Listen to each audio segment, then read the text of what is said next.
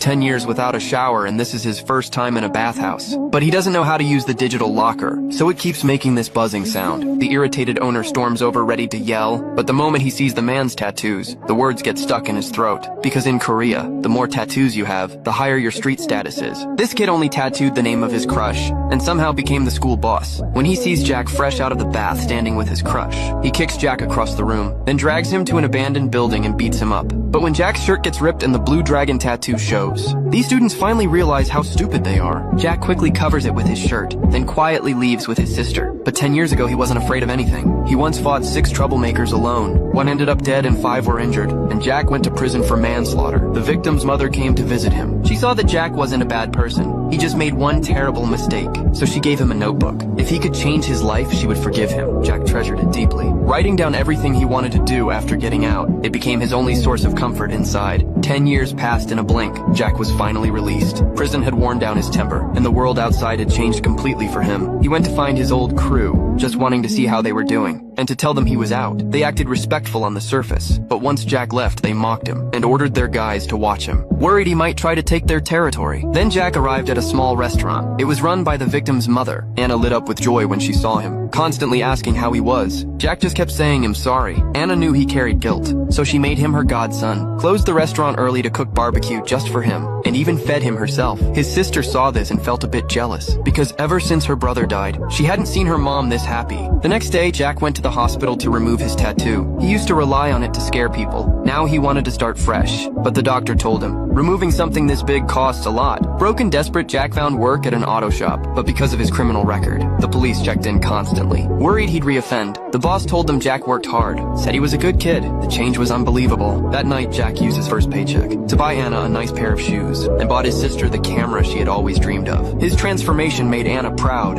and his sister finally accepted him. But just as life was starting to look good, someone had to ruin it. Local gangsters teamed up with a councilman to redevelop the town. The restaurants refused to move. The councilman said whoever solved this problem would get the new nightclub. Mark took the job immediately. The next day, he brought his guys to the restaurant and started smashing everything. Jack stood up to stop them. Mark strutted in ready to show off, but the moment he saw Jack, he froze and told everyone to stop. Turns out he used to be one of Jack's underlings and knew exactly how dangerous Jack was. But Jack simply told him to leave and never come back. Once Mark stepped outside, all his arrogance disappeared. He was just relieved he hadn't fought. When Jack asked Anna why they came, she hid the truth, fearing Jack would lose control. That night, the councilman's driver approached Jack. He was also in that fight 10 years ago. Jack had crippled one of his legs, but he wasn't here for revenge. He came to warn Jack. The restaurant was being targeted, and they needed to move before things got worse. Sure enough, the next day, while Jack was gone, Mark brought his men back to the restaurant.